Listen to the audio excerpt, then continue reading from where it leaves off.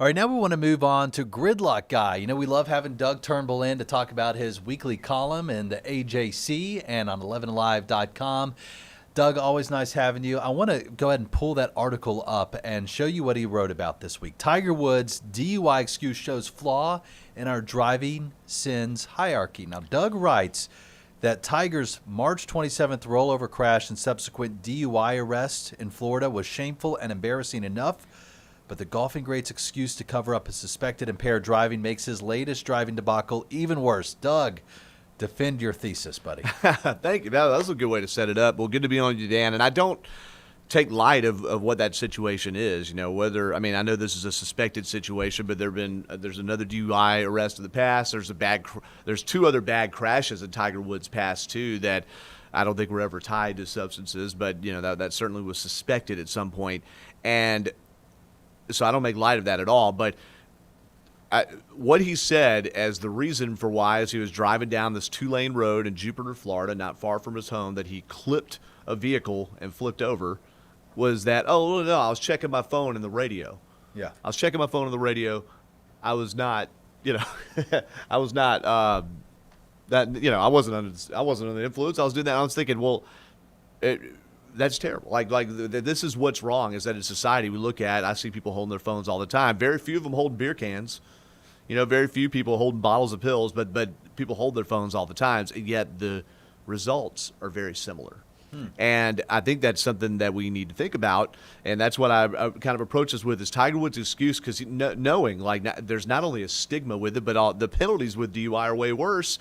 Well, no, I was just distracted, but it's like that's the problem. In Georgia, distracted driving, I actually left this out of the column, and a judge that reads my column all the time emailed me and said, hey, you might want to put this back in. But it's for the first offense for this only 8-year-old law in Georgia, you can go to court and prove you have an anti-distracted driving device like a car mount for your phone, and they will throw out the charge.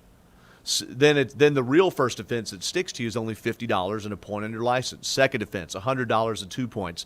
Third offense, $150 and 3 points. Well, your first DUI could be minimum $600, possible jail time, possible license suspension, and then escalating from there.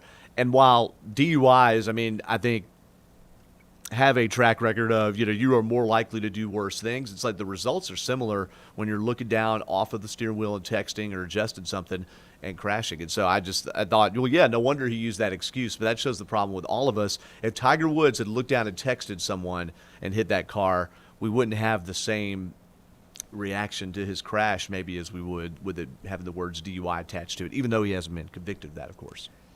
And you gave a great analogy that married couples might appreciate.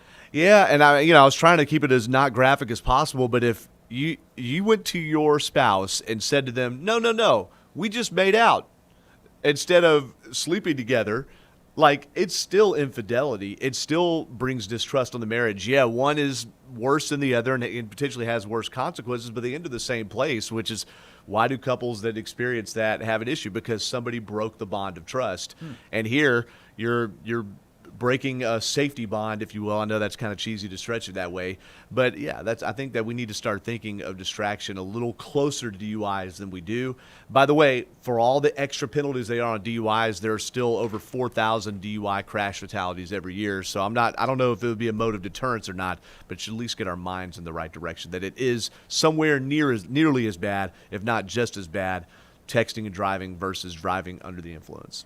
Why do you think the stigma is different? I mean, I, as a 90s kid growing up around the DARE campaigns and drinking and driving kills and all these classes you had to take to get your license to try to drive home the point that, do not drink and drive.